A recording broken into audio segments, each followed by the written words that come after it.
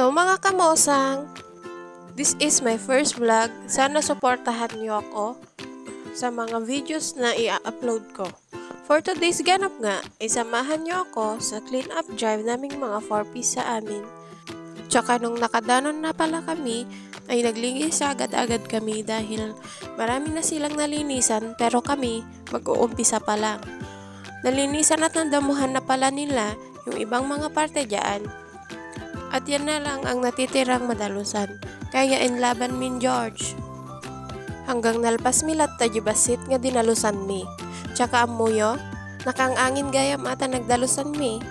Kain-inangin mo. Joke lang, numatamaan ka, umilag ka ah. At ito na pala yung nalinisan nila kanina. Diba? Ang linis na.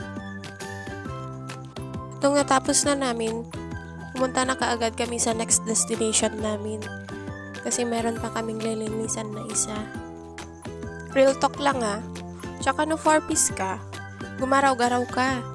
Haan mo ta aji or oray mlat taji payouten. Katawang pa iti attendance mo nga makita. Saka ka-agree no mapending ka? Ay naa po, ilaban mo George. At nung nakarating na nga kami, agad-agad na pala kaming naglinis dyan. Kasi aldawon. At ito na nga yung dinamuhan namin kanina. Kung nagustuhan nyo ang video na ito, like and follow sa Kamosang page. Salamat!